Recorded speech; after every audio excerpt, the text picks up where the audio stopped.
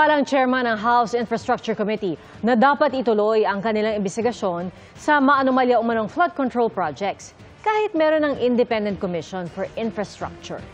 Pero may agam-agam siya sa napiling special advisor ng komisyon. Nakatutok si Mark Salazar. Karagdagan daw para sa pagbusisi sa mga maanumalyang flood control projects ang binubuong Independent Commission on Infrastructure o ICI ng Malacanang.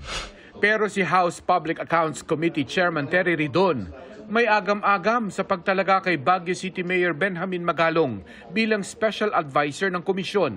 Marami hong mga sinabi si Mayor Magalong na una laban sa House Infrastructure Committee.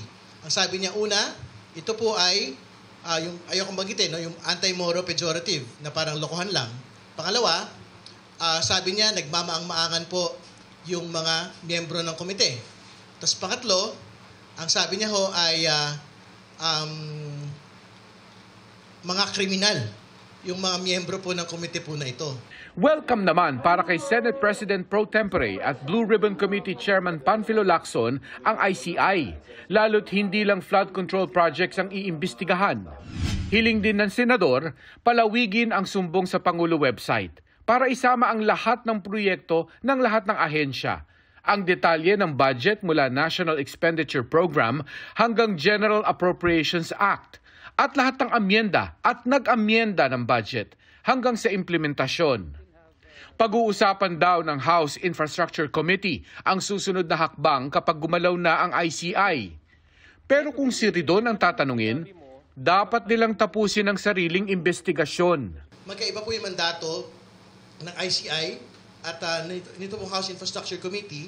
This is an inquiry in aid of legislation. So, pwede po itong magtuloy-tuloy. Bukod sa sinisili pa ng Infracom ang mga proyekto sa Bulacan, nakapila rin ang mga proyekto sa Benguet at Davao City. Marami pa kung kailangan pag-usapan pa. So yung Benguet na pinantuhan po ng Pangulo kung saan siya ay nagsalita tungkol doon sa rock shed at tungkol po doon sa rock netting ay gusto rin po nating siyasatin. Very important and very timely po kasi na magpunta rin po roon kasi nga halos sa linggo-linggo hong nagbabaha sa Davao City ngayon. No? So I think very important to na maging bahagi po ng pagsisiyasat po ng komite yung usapin po ng flood control ng Davao City.